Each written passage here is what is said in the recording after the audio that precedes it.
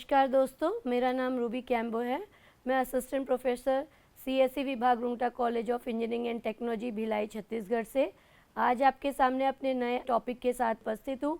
आज मेरा टॉपिक है रियल टाइम सिस्टम, जिसे हम वास्तविक समय प्रणाली और हैंडहेल्ड सिस्टम, ये दो हम टॉपिक्स पढ़ने वाले हैं। तो आज हम अपने टॉपिक को स्टार्ट करते हैं। तो सबसे पहले हम जानेंगे कि रियल टाइम सिस्टम या वास्तविक समय प्रणाली सिस्टम क्या होती है। तो रियल टाइम ऑपरेटिंग सिस्टम को शॉर्ट में नॉर्मली हम RTOS भी कहते हैं। RTOS एक ऐसा ऑपरेटिंग सिस्टम है जिसका इस्तेमाल रियल टाइम एप्लीकेशंस को हैंडल करने के लिए किया जाता है। RTOS एक समय सीमा के अंदर अपने काम को पूरा करता है, इसलिए यह बहुत ही फास्ट होता है। रियल टाइम ऑपरेटिंग सिस्टम का प्रयोग नॉर्मली हम देखते हैं, जैसे हम रॉकेट लॉन्चिंग करते हैं या ATM मशीन, जहाँ पे हमारा जो भी काम हमें करना होता है, हमारे काम को हमें एक फिक्स समय में, एक निर्धारित समय में हमारे कार्य को पूरा हो जाना चाहिए।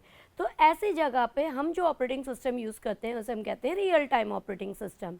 इन ऑपरेटिंग सिस्टम के पास एक फिक्स टाइम या हम कह सकते हैं एक निश्चित समय होता है और उस टाइम के अंदर ही हमें अपने पूरे काम को करना होता है, अन्यथा हमारा जो टास्क है वो पूरा नहीं होता और ये फेल हो जाता है। ऐसे सिस्टम आमतौर पर उन एप्लीकेशन में उपयोग होते हैं जहाँ समय की पाबंदी बहुत महत्वपूर्ण होती है, जैसे कि एविएशन सिस्टम, जैसे कि आप देखते हैं जहाँ पे हमें हवाई जहाज़ वगैरह उड़ाने होते हैं, तो उनके जो नेविगेशंस होते हैं, नेविगेशंस और नियंत्रण प्रणाली को अगर हम देखें हवाई जहाज़ के, तो वहाँ पर हम बोलेंगे कि हम रियल टाइम ऑपरेटिंग सिस्टम का यूज़ कर सकते हैं।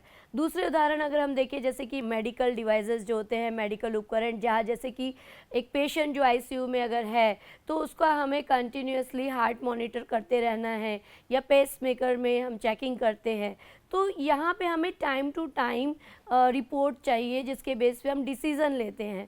तो ऐसे ऑपरेटिंग सिस्टम जहाँ पे टाइम के बेस पर काम होता है, ठीक है, टाइम पे डिपेंडेंसी की पर्टिकुलर टाइम पे हमारा काम हो जाना चाहिए, that is a real time operating system. इसके बाद हमारे पास अगला एग्जांपल है, जैसे कि हम देख सकते हैं कि RTOS का यूज़ इंडस्ट्रियल कंट्रोल सिस्टम या हम कह सकते हैं औद्योगिक नियंत्रण प्रणाली में भी किया जाता है, जैसे कि उत्पादन संयंत्रों में उपयोग होने वाले रोबोटिक जो मशीनें होती हैं। आजकल आप देखते होंगे कि इंडस्ट्रीज़ में, बड़ी बड़ी फैक्ट्रीज़ में हर एक जो काम होते हैं, टास्क होते हैं, वो मशीनें ऑटोमेटिकली करती है, रोबोट्स लगे होते हैं हर एक काम के लिए। भले वो कोई प्रोडक्ट बनकर आ रहा है, उसकी पैकेजिंग करनी है या उसे कन्वेयर बेल्ट में डालना है, वो सारे काम अपने आप होते हैं, राइट।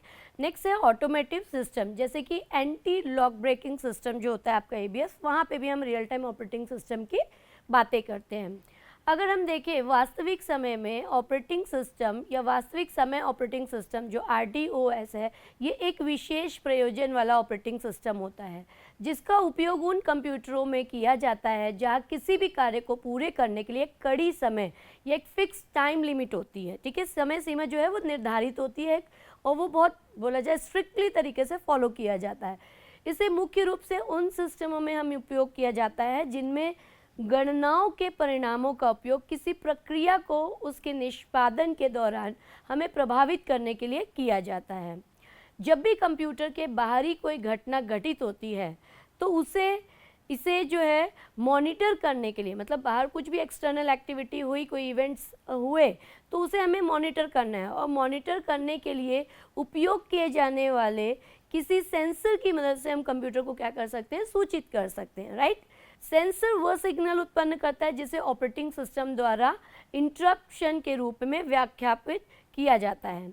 इंटरप्ट प्राप्त होने पर ऑपरेटिंग सिस्टम एक विशिष्ट प्रक्रिया या प्रक्रियाओं के सेट को इंटरप्ट को सेवा देने के लिए बुलाता है। बहुत सिंपल सी बात है, जैसे कि अगर आग लग गई है, लाइक, ठीक है, तो हमारा फायर अलार्म सिस्टम जो होता है उसमें उसको सेंसर्स लगे होते हैं जो स्मेलिंग करेंगे, मतलब वो सेंसर होंगे जो देखेंगे कि क्या उस टाइप की स्मेल आ रही है क्या, जैसे आग लगने में आती है। अगर वो सेंसिंग हुई तो हमारा जो सेंसर है तुरंत रिपोर्ट कर देगा कि भाई यहाँ पे कुछ ऐसी एक्टिविटी हुई है, बाहरी एक्टिविटी, लाइक कोई फायर या आग लग गई है, तो उसके लिए एक अलार्म जनरेट करेगा, लाइक वाइज। तो वो वहाँ पे हम बोल सकते हैं कि वो रियल टाइम ऑपरेटिंग सिस्टम वहाँ पे हम यूज़ कर सकते हैं। जहाँ पे सेंसर्स लगे हो सकते हैं सेंसिंग के लिए, और उनके अगर कोई बाहर कोई भी इवेंट एक्टिविटी अगर हो रही है एक्सटर्नली तो उसका हमें एक सिग्नल मिलेगा, सेंसर सिग्नल उत्पन्न करके ऑपरेटिंग सिस्टम के द्वारा इंटरप्ट के रूप में वो व्याख्याकित किया जाएगा। और इंटरप्शन जैसे ही प्राप्त होगा तो ऑपरेटिंग सिस्टम जो भी उसको स्पेशल टास्क परफॉर्म करने हैं, ठीक है, या जो भी प्रक्रियाओं के सेट हैं उनको वो इंटरप्रेट करेगा और वो सेवा इंटरप्ट करके अपनी सेवा प्रदान करेगा। यह प्रक्रिया जो होती है पूरी तरह से बिना रुकावट के चलती रहती है जब तक कि इसे निष्पादन के दौरान एक उच्च प्राथमिकता वाले इंटरप्शन ना हो जाए। मतलब ये काम आपका चलता रहेगा। ये काम तभी रुक सकता है जब कोई हाई प्रायोरिटी वाला टास्क ना आ जाए या हाई प्रायोरिटी वाला सिग्नल या इंटरप्शन ना आए, ठीक है। इसलिए इंटरप्ट्स के बीच में, इंटरप्ट मतलब लाइक आप कोई काम कर रहे हो, आप बैठे हो, आप पढ़ रहे हो, आपको किसी ने आके जस्ट एक मान लीजिए एक झापड़ ही मार दिया, तो आप अपना जो काम कर रहे थे वो काम आपका रुक गया क्योंकि आप इंटरप्ट हुए, राइट। उसे कहते हैं लाइक एक सैम्पल के तौर पे आपको एक एग्जांपल बता रही हूँ, उसे हम इंटरप्ट्स कह सकते हैं, ठीक है। तो इसलिए इंटरप्ट्स के बीच में क्या होता है, सख्त प्राथमिकता का प्रणाली होनी चाहिए। मतलब हमारे सामने स्ट्रिक्ट हमें रूल्स फॉलो करने हैं कि किसे क्या प्रायोरिटी देनी है, कौन सा इवेंट पहले अकर होगा, कौन सा बाद में होगा, किसकी प्रायोरिटी हाई है, लाइकवाइज, ठीक है। तो सबसे हाई प्रायोरिटी वाला जो इंटरप्ट होता है उसकी प्रक्रिया को प्रारंभ करने की अनुमति दी जानी चाहिए, जबकि जो लोएस्ट प्रायोरिटी या निम्न प्राथमिकता वाले जो इंटरप्ट्स होते हैं उनको एक बफर में रख दिया जाता है ताकि हाई प्रायोरिटी वाला जो प्रोसेस है या जो भी प्रक्रिया है आपकी वो पहले हो जाए। फिर वो हाई प्रायोरिटी वाला प्रक्रिया जब हो जाता है तब हम क्या करते हैं, लो प्रायोरिटी वाले काम को परफॉर्म करते हैं। इस प्रकार के ऑपरेटिंग सिस्टम में हम कह सकते हैं, क्योंकि यहाँ इंटरप्शन आ रहा है ना बार बार कि एक हाई प्रायोरिटी वाला प्रोसेस आया, उसने बोला कि भाई मेरा काम पहले होना चाहिए, मेरी प्रायोरिटी बड़ी है, मेरी रैंकिंग ज़्यादा है, तो एक हाई रैंकिंग वाले बंदे का एक प्रोसेस का काम पहले होगा फिर लो प्रायोरिटी वाले का। तो बेसिकली हम यहाँ पे किसका मैनेजमेंट करने वाले हैं, इंटरप्शन का। इंटरप्ट का प्रबंधन करना यहाँ पे बहुत ज़्यादा ज़रूरी होता है। तो जो रियल टाइम ऑपरेटिंग सिस्टम होते हैं ये विशेष उद्देश्य, मतलब कि एक स्पेसिफिक, ठीक है, हमारा कुछ स्पेसिफिक गोल होगा उसको पूरा करने के लिए बनाए जाते हैं, ठीक है। It's not a general purpose type operating system. जो रियल टाइम ऑपरेटिंग सिस्टम होता है ये विशेष उद्देश्य को पूरा करने के लिए ऑपरेटिंग सिस्टम का यहाँ पे प्रयोग करते हैं, क्योंकि सामान्य ऑपरेटिंग सिस्टम इस प्रकार की प्रदर्शन प्रदान नहीं करते हैं, ओके। तो जो वास्तविक समय प्रणाली के अगर हम प्रकार देखें कि ये कितने प्रकार में हमको मिलते हैं, वैसे तो अगर आप देखेंगे कई बुक्स में आपको प्रीवियसली जितने भी पुरानी बुकें थी उस पर आपको इसकी दो मुख्य श्रेणियां ही मिलती है। आजकल 3 और 4 टाइप्स की भी श्रेणियों को बताया जा रहा है। हम यहाँ पे वैसे 3 तरीके की श्रेणियां देखेंगे वास्तविक समय प्रणाली के लिए। तो जो वास्तविक समय प्रणाली है इसके हम मुख्य श्रेणियों को देखते हैं। सबसे पहला होता है हार्ड रियल टाइम सिस्टम, दूसरा है सॉफ्ट रियल टाइम सिस्टम और तीसरा होता है firm real time system. Hard real time system में सभी महत्वपूर्ण कार्य को एक निर्दिष्ट समय अवधि के भीतर पूरा किया जाना चाहिए, अर्थात जो भी हमें समय सारणी दी हुई है तो वो समय से पहले जो भी आपने समय निर्धारित किया उससे पहले आपका काम हो जाना चाहिए। दिए गए अंतिम समय से पहले हमारा जो भी काम है उस अवधि के पूरा हो जाना चाहिए। अंतिम समय का पालन नहीं करेंगे तो नहीं करने से ऐसे महत्वपूर्ण असफलताओं का हमें सामना करना पड़ सकता है, जैसे कि उपकरण में नुकसान या यहाँ तक कि मानव जीवन की हानि भी हो सकती है। हार्ड रियल टाइम सिस्टम की अगर हम बात करें तो इसमें समय की पाबंदी बहुत सख्त होती है। यदि कार्य निर्दिष्ट समय सीमा के भीतर पूरा नहीं होता है तो सिस्टम हमारा फेल भी हो सकता है, विफल हो सकता है।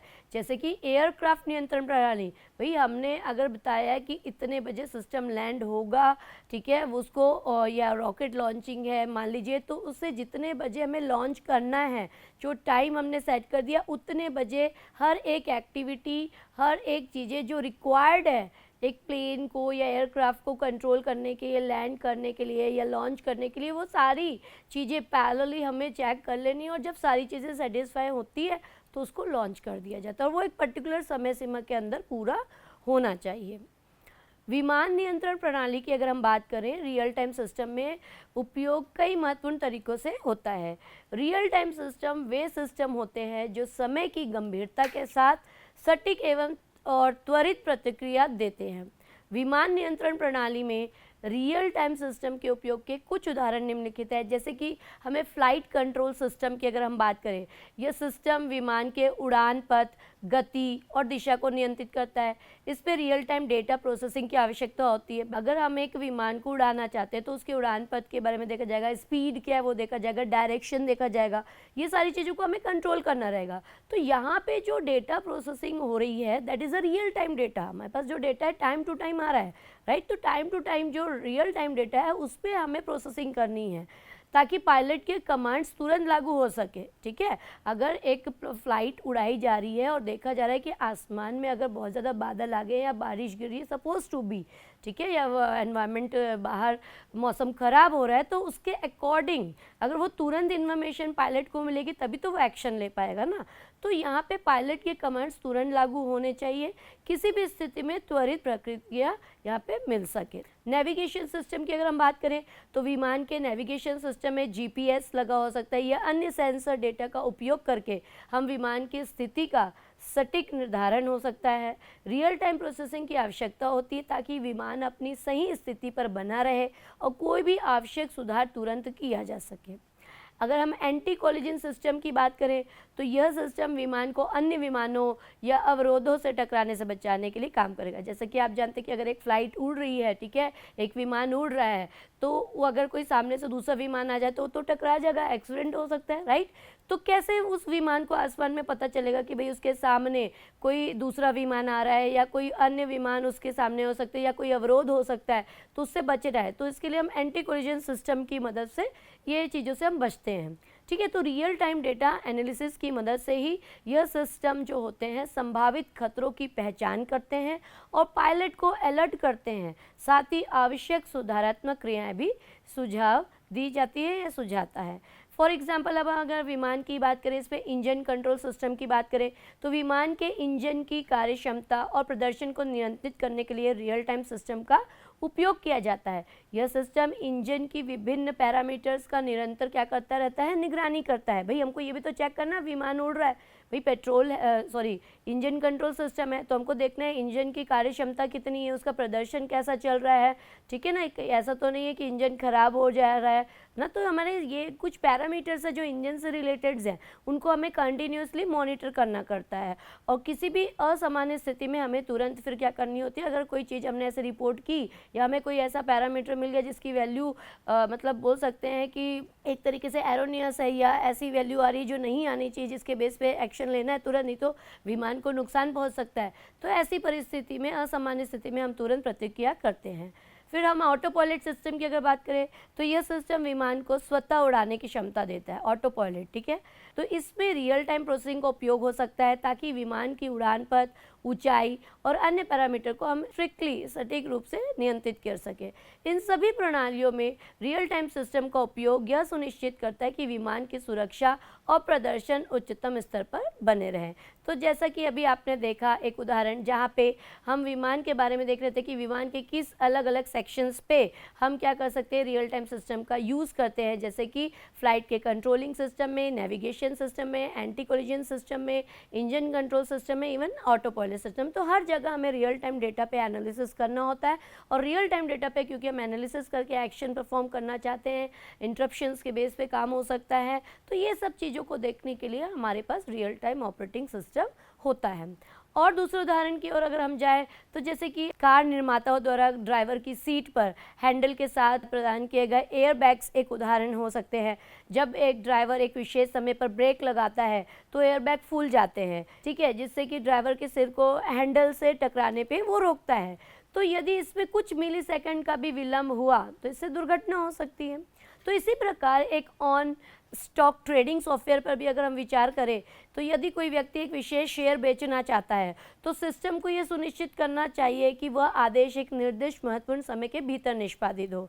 अन्यथा जैसे कि स्टॉक मार्केट की बात हो रही है, अगर आप पैसा लगाना चाह रहे हो, ठीक है, शेयर मार्केट में भी, तो शेयर मार्केट में कब उछाल आई, कब वो गिर रहा है, डाउन हो रहा है, ये आपको टाइम टू टाइम मिलना चाहिए। आप पैसे लगाने जा रहे हैं और जिस वक्त आपने पैसा लगाया उसी वक्त मार्केट डाउन हो गया तो आपको लॉस हो जाएगा, ठीक है। तो यहाँ पे हम रियल टाइम ऑपरेटिंग सिस्टम जो है बेसिकली यूज़ करते हैं। अन्यथा जैसे अगर आप रियल टाइम सिस्टम सिस्टम, अगर शेयर मार्केट की बात करेंगे तो यहाँ पे बाजार अगर अचानक से गिर जाता है तो व्यापारी को बहुत ज़्यादा नुकसान हो सकता है। सो ये था आपके हार्ड रियल टाइम सिस्टम। अब हम देखते हैं सॉफ्ट रियल टाइम सिस्टम होता है। इसमें समय की पाबंदी थोड़ी ढीली होती है, मतलब आपको थोड़ा रिलैक्सेशन है। यदि कार्य समय सीमा के थोड़े बाद पूरा होता है तो भी सिस्टम काम कर सकता है, लेकिन इसकी कार्य क्षमता में कुछ कमी नहीं होनी चाहिए, जैसे कि वीडियो स्ट्रीमिंग। ठीक है, soft real time operating system के माध्यम से कुछ विलंबों को स्वीकार करता है। इस प्रकार के आरटीओएस में हम कह सकते हैं कि किसी विशेष कार्य के लिए एक समय सीमा निर्धारित हो सकती है, लेकिन अगर हमने थोड़ा विलंब किया या वो काम उस समय से थोड़ा डिले भी हो गया तो वो काम एक्सेप्टेबल होगा। मतलब जो आप कार्य कर रहे थे अगर वो थोड़ा देरी से भी होता है तो वहाँ पे जो विलंब हुआ है, जो देरी हुई है, वो अस्वीकार्य होगी ये नहीं कह सकते, वो स्वीकार की जाएगी। ठीक है, तो थोड़े समय के विलंब को यहाँ पे स्वीकार किया जाता है, इसीलिए इसका नाम है soft real time operating system. इसलिए इस प्रकार के आरटीओएस द्वारा समय सीमाओं को सॉफ्ट तरीके से क्या किया जाता है, प्रबंधित किया जाता है। जैसे कि उदाहरण के लिए इस प्रकार की प्रणाली का उपयोग जो ऑनलाइन हम लेन देन प्रणालियाँ या पशुधन मूल्य उद्धरण प्रणालियों में किया जाता है। ऑनलाइन लेन देन प्रणालियों में अगर हम बात करें समय सीमाएं की, तो ऑनलाइन लेन देन प्रणालियों में समय की महत्वपूर्णता होती है, जैसा कि आप जानते हैं, लेकिन यहाँ थोड़ी देरी भी स्वीकारी जाती है जब तक कि व्यावसायिक प्रभावों का कोई बड़ा असर ना हो। इस प्रकार की प्रणालियों में यदि किसी लेन देन की प्रक्रिया में थोड़ी सी देर हो तो वो आमतौर पर स्वीकार्य होती है, जब तक कि ग्राहकों और व्यावसायिक संबंधों पर असर ना हो। इसलिए यहाँ समय सीमाओं का पालन होता है, लेकिन छोटी देरियाँ व्यावसायिक प्रभाव पर असर नहीं डालती है। पशुधन मूल्य उद्धरण प्रणालियों में अगर हम समय सीमाएं की बात करें तो पशुधन मूल्य उद्धरण प्रणालियों में भी समय सीमाओं का महत्वपूर्ण स्थान होता है। ये प्रणालियां बाजार की अचानक परिस्थितियों और प्रतिस्पर्धा दबाव के बीच मूल्य निर्धारण करने में सक्षम होनी चाहिए। यदि कोई नवीनतम मूल्य निर्धारण में कुछ देरी हुई तो यह व्यापारिक नुकसान का कारण बन सकती है, जो अपेक्षित नहीं होता है। इसलिए इन प्रणालियों में समय सीमाओं का ध्यान रखा जाता है ताकि व्यावसायिक प्रभावों से बचा जा सके और संबंधित अपवादों का समर्थन किया जा सके। सॉफ्ट रियल टाइम सिस्टम समय सीमा में कुछ छूट प्रदान करता है। अगर हम सीधे शब्दों में बोले तो ये एक ऐसा ऑपरेटिंग सिस्टम है जो हमें समय सीमा में छूट प्रदान करता है। जैसे कि फॉर एग्जाम्पल आप बोल सकते हैं मल्टीमीडिया प्रणालियाँ, डिजिटल ऑडियो प्रणाली आदि। वास्तविक समय प्रणालियों में स्पष्ट प्रोग्रामर परिभाषित और नियंत्रित प्रक्रियाओं का सामना किया जाता है। एक अलग प्रक्रिया को एक ही बाहरी घटना को संभालकर बदला जाता है। प्रक्रिया को संबंधित घटना के होने पर सक्रिय किया जाता है, जिसे एक इंटरप्ट द्वारा संकेतित किया जाता है। मल्टीटास्किंग ऑपरेशन को एक दूसरे से स्वतंत्र रूप से प्रक्रियाओं का निष्पादन के लिए शेड्यूल करके पूरा किया जाता है। बहुत सिंपल सी बात है कि अगर आपके मशीन में एक से ज़्यादा ऑपरेशन हो रहे हैं, ठीक है, आपके कंप्यूटर में मान लीजिए आप एक से ज़्यादा काम कर रहे हो, मल्टीटास्किंग ऑपरेशन आप कर रहे हो, तो वो काम जो हो रहे हैं वो एक दूसरे से क्या होने चाहिए, स्वतंत्र रूप से प्रक्रियाओं को हमें क्या करना है, निष्पादन करना है। मतलब भाई कि अगर एक काम हो रहा है तो उसका इफेक्ट दूसरे पे नहीं पड़ना चाहिए और पैरेलली वो काम अपने तरीके से होने चाहिए। मतलब एक काम अगर हो रहा है, अगर आप एक तरफ नोटपैड पे कुछ राइटिंग कर रहे हैं और दूसरी तरफ आप कोई गाना सुन रहे हैं तो गाने का इफेक्ट नोटिंग में नहीं होना चाहिए, या आप जो मेल ट्रांसफ़र कर रहे हैं उस पर आपके प्रिंटर से अगर आप कोई प्रिंटिंग निकाल रहे हैं तो उस पर नहीं होना चाहिए। मतलब एक ऑपरेशन दूसरे को अफेक्ट नहीं करना चाहिए, एक दूसरे से स्वतंत्र रूप से यहाँ पे क्या होंगे, प्रोसेस का एग्जीक्यूशन होगा, उनकी शेड्यूलिंग की जाती है। प्रत्येक प्रक्रिया को एक निश्चित स्तर की प्राथमिकता दी जाती है। सिंपल सी बात है कि यार जो भी टास्क होगा, अब जो भी प्रोसेस आ रहा है उसको हम एक प्रायोरिटी देंगे, राइट। एक निश्चित स्तर की हमें प्रायोरिटी देनी है जिससे कि उस घटना के सापेक्ष महत्व के अनुरूप होती है जिसे वह सेवा प्रदान करती है। प्रोसेसर को उच्चतम प्राथमिकता वाली प्रक्रियाओं को आवंटित किया जाता है। इस प्रकार की शेड्यूलिंग जिसमें हम क्या करते हैं, प्रायोरिटी बेस्ड, ठीक है, शेड्यूलिंग करते हैं। मतलब जहाँ ऐसा प्रोसेस है जिसकी रैंकिंग बड़ी है, ठीक है, तो हम प्राथमिकता के आधार पर प्रिमिटिव शेड्यूलिंग का काम कर रहे हैं, ठीक है। हम कह सकते हैं कि यहाँ पे जो सॉफ्ट रियल टाइम सिस्टम होते हैं यहाँ पे शेड्यूलिंग कैसे होती है, प्रिमिटिव, मतलब छीना जा सकता है कोई भी चीज़। सीपीयू मान लीजिए अगर एक प्रोसेस के पास सीपीयू है तो दूसरे कार्य को सीपीयू या प्रोसेसर दिया जा सकता है। प्रिमिटिव मतलब छीन लेना, ठीक है। बट ये कैसे छीना जाएगा, अगर प्रोसेसर एक प्रोसेस से छीन के दूसरे को दिया जा रहा है तो किसके बेस पे दिया जाएगा, रैंक के आधार पर, ठीक है ना, प्राथमिकता के आधार पर ही दे सकते हैं आप। तो यहाँ पे प्राथमिकता आधारित प्रिमिटिव शेड्यूलिंग इसको कहा जाता है। इसका उपयोग वास्तविक समय प्रणाली द्वारा किया जाता है। Firm real time operating system की अगर हम बात करें तो फर्म RTOS में समय सीमाओं का पालन करने की आवश्यकता होती है, लेकिन अगर कोई समय सीमा छूट भी जाए तो इसका बड़ा प्रभाव नहीं हो सकता है, लेकिन इससे उद्दीपक्ष अप्रत्याशित परिणाम हो सकते हैं। जैसे किसी उत्पाद यानी कोई प्रोडक्ट बन रहा है, उसकी क्वालिटी में कमी हो सकती है, गुणवत्ता में बड़ी कमी हो सकती है। उदाहरण के रूप में इस प्रकार का सिस्टम विभिन्न प्रकार के मल्टीमीडिया अनुप्रयोगों में उपयोग किया जाता है। इस प्रकार के RTOS को समय सीमाओं का पालन करना होता है। छोटे प्रभाव के बावजूद एक समय सीमा का अवगाहन अनिश्चित परिणामों के साथ हो सकता है, जिसमें उत्पाद की गुणवत्ता में कमी शामिल हो सकती है। फॉर एग्जाम्पल अगर हम मैन्युफैक्चरिंग प्रोसेस कंट्रोल सिस्टम की बात करें, विनिर्माण प्रक्रिया नियंत्रण सिस्टम की अगर बात करें तो वहाँ पे फर्म रियल टाइम सिस्टम का वो बहुत अच्छा उदाहरण होगा, मैन्युफैक्चरिंग प्रोसेस कंट्रोल सिस्टम। इस प्रकार के सिस्टम में कार्यों को निश्चित समय सीमा के भीतर पूरा किया जाना आवश्यक होता है, ताकि जो भी प्रोडक्ट है आपका उत्पाद हो रहा है उसकी गुणवत्ता सुनिश्चित की जा सके। प्रक्रियाओं में अगर थोड़ी भी देरी होती है, प्रक्रियाओं में देरी से नियंत्रण की गई स्थिति में उत्पाद की गुणवत्ता में कमी हो सकती है और यह निर्माण क्षमता और लागतों पर प्रभाव डाल सकता है। तो वास्तविक समय प्रणाली की विशेषता अगर हम देखें, डिटर्मिनिस्टिक बिहेवियर, यानी कि सिस्टम का व्यवहार पूर्वानुमानित होता है, यानी यह निश्चित समय के भीतर प्रक्रिया देगा। हाई रिलायबिलिटी, उच्च विश्वसनीयता, सिस्टम को अत्यधिक विश्वसनीय और स्थिर होना चाहिए। लो लेटेंसी, प्रतिक्रिया समय बहुत कम होना चाहिए और कार्यों को प्राथमिकता के आधार पर यहाँ पे शेड्यूल किया जाता है।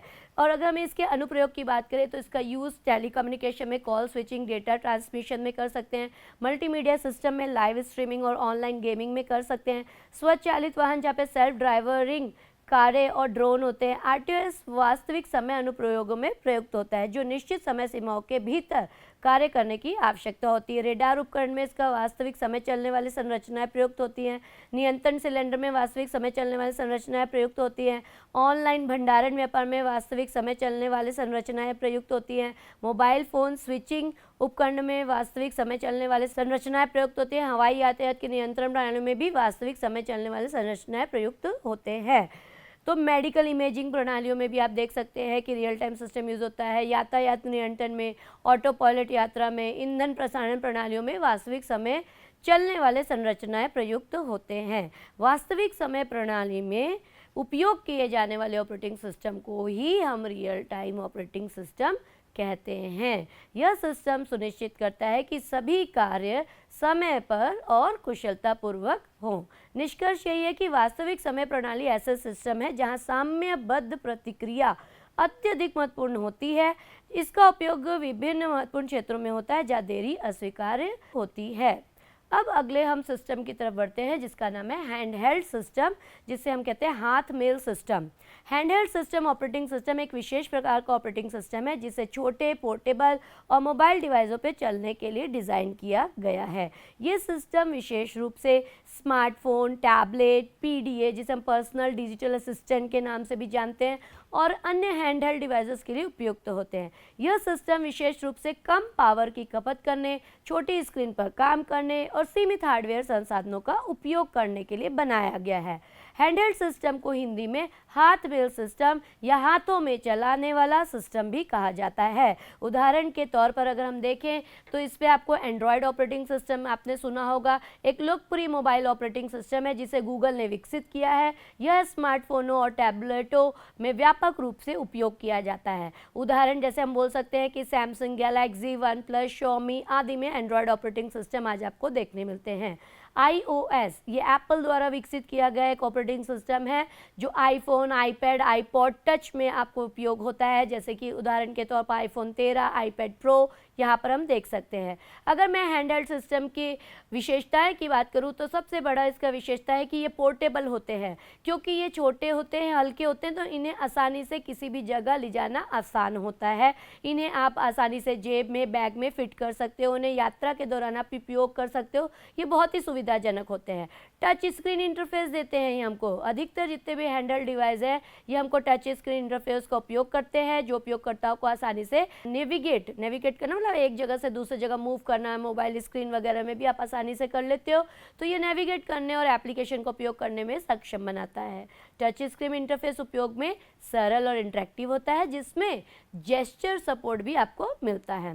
हैंडल डिवाइस के ऑपरेटिंग सिस्टम में टच स्क्रीन इंटरफेस होता है जो उपयोगकर्ता को सहज और सरल तरीके से डिवाइस के साथ इंटरेक्ट करने की सुविधा देता है।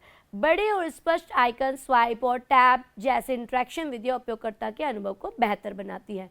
नेक्स्ट इसका फीचर है कनेक्टिविटी। आप wifi, Bluetooth, 4G, 5G, NFC जैसी कई कनेक्टिविटी हमको ऑप्शंस मिलते हैं इसमें।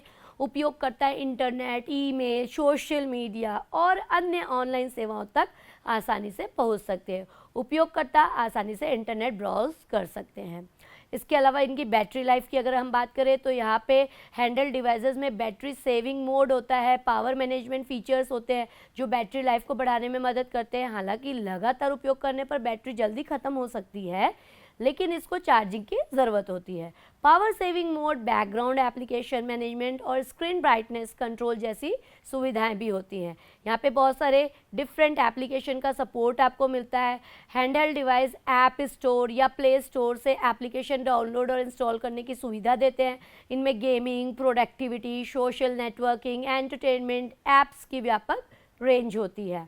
अगर हम यहाँ बात करें तो आज की डेट पे आपको जो हैंडल्ड सिस्टम की हम बात करें तो उस पर सेंसर्स, हार्डवेयर इंटीग्रेशंस होते हैं, ठीक है। हैंडल डिवाइस में कैमरा लगा होता है, जीपीएस होता है, एक्सेलेरोमीटर होता है, गायरोस्कोप होता है, अन्य सेंसर शामिल होते हैं जो अलग अलग कार्यों और आपके एप्लीकेशन के उपयोग को बढ़ाते हैं। तो हैंडल्ड सिस्टम के अगर लाभ और हानि की बात करें तो आपने जैसा देखा, लाभ इसका यही है कि ये पोर्टेबल होते हैं, कनेक्टिविटी है, यूज़र फ्रेंडली, सबसे इंपॉर्टेंट यूज़र फ्रेंडली, आपको टच स्क्रीन दिया जाता है, उपयोगकर्ता बड़े आसानी से नेविगेट कर लेता है, एप्लीकेशन का उपयोग कर लेता है, ठीक है। सो यहाँ पे आप देखते हैं कि वॉइस कमांड, वर्चुअल असिस्टेंट जैसे सीरी, गूगल असिस्टेंट का यहाँ पे सपोर्ट आपको मिलता है। विभिन्न प्रकार के एप्लीकेशन सेवाएं यहाँ पे आपको मिलती है। मल्टीमीडिया सपोर्ट आपको मिलता है, आप म्यूज़िक सुन सकते हो, वीडियो स्ट्रीमिंग कर सकते हो, फोटो एडिटिंग कर सकते हो, तो बहुत ही स्ट्रॉन्ग मल्टीमीडिया सपोर्ट यहाँ पे मिलता है। डिसएडवांटेज में यही है कि बैटरी लाइफ, क्योंकि आप लगातार यूज़ करते हैं तो वो ख़त्म हो जाती है, जिसकी वजह से उसको फिर से बैटरी को चार्ज करना पड़ता है। परफॉर्मेंस थोड़ी लिमिटेड होती है क्योंकि छोटे प्रोसेसर होते हैं, तो कम रैम होने के कारण कुछ हैंडहेल्ड डिवाइसेस भारी प्रोसेसिंग कार्य को कुशलता से नहीं संभाल पाते हैं। बड़े सॉफ्टवेयर या गेम्स चलाने में समस्या आ सकती है। स्मॉल स्क्रीन होती है, ये तो आप जानते ही हैं। डेटा सिक्योरिटी, चोरी या गुम हो जाने पर व्यक्तिगत डेटा की सुरक्षा एक बहुत बड़ा मुद्दा हो सकता है, तो वायरस, मालवेयर के हमलों के प्रति संवेदनशील होना पड़ता है। कॉस्ट, क्योंकि उच्च गुणवत्ता वाले अगर हम हैंडल डिवाइस की बात करें तो वो बहुत ही महंगे होते हैं। नए मॉडल और अपग्रेड के साथ निरंतर निवेश की आवश्यकता होती है। हैंडल ऑपरेटिंग सिस्टम का अगर मैं इतिहास और विकास की बात करूं तो सबसे प्रारंभिक दिनों में, अर्ली डेज में 1980 की बात करें तो शुरुआती हम बात करें तो पीडीए से शुरुआत हुई थी। पर्सनल डिजिटल असिस्टेंट और अन्य पोर्टेबल डिवाइस का उदय हुआ था। यून ऑर्गेनाइजर जैसे उपकरणों में मूलभूत ऑपरेटिंग सिस्टम था। उसके बाद आप देखेंगे पाम ओएस का आगमन हुआ, जो 1996 में पाम ओएस आया था। पाम इनकॉर्पोरेशन ने पाम पायलट लॉन्च किया जो पाम ओएस पर चलता था। पाम ओएस को पीडीए के लिए डिज़ाइन किया गया था बेसिकली, जिसमें स्टाइलस इंटरफेस था, प्रोडक्टिविटी एप्लीकेशंस थे। 1997 से लेकर 2003 तक पाम ओएस के विभिन्न संस्करण लॉन्च किए गए, जैसे कि पाम ओएस 3.1 और पाम ओएस 4.0। व्यापक रूप से प्रचलित और सफल पीडीए प्लेटफॉर्म है ये एक। पाम ओएस की बात करें तो पाम ओएस, जिसे गेमेट ओएस के नाम से भी जानते हैं हम, 1996 में पाम कॉर्पोरेशन के द्वारा पर्सनल डिजिटल असिस्टेंट के लिए डेवलप किया गया। शुरुआत में पाम ओएस को टच स्क्रीन को आसानी से यूज़ करने के लिए डेवलप किया गया था। 2002 को पाम सेटअप का नाम बदलकर पाम सोर्स कर दिया गया। बाद के दिनों में सितंबर 2005 में एक्सेस के द्वारा पाम सोर्स पर अधिकार कर लिया गया। 25 जनवरी 2007 को एक्सेस के द्वारा इसका नाम बदलकर गैमेट ओएस कर दिया गया था। आगे चलकर अप्रैल 2009 को पाम ओएस को वेब ओएस में परिवर्तित हो गया, लेकिन बहुत बढ़ती प्रतियोगिता की वजह से यह मोबाइल ओएस मार्केट के कंप्लीट नहीं कर पाया। ओएस मार्केट पे compete यानी कंपटीशन पे वो लड़ नहीं पाया, मार्केट में अपनी जगह नहीं जमा पाया और मार्केट से बाहर हो गया, राइट। तो वेब ओएस पाम इनकॉर्पोरेशन के द्वारा 2009 में डेवलप किया गया था, जिसे पहले ओपन वेब ओएस के नाम से भी जाना जाता था। Web OS, open web OS को HP वेब ओएस के नाम से भी जाना जाता है, जिसे डेवलपमेंट के कुछ सालों के बाद HP कंपनी ने हॉलेट पैकर्ड के द्वारा अधिग्रहण कर लिया गया, लेकिन इसका पेटेंट जो है वो पाम इनकॉर्पोरेशन के पास ही रहा।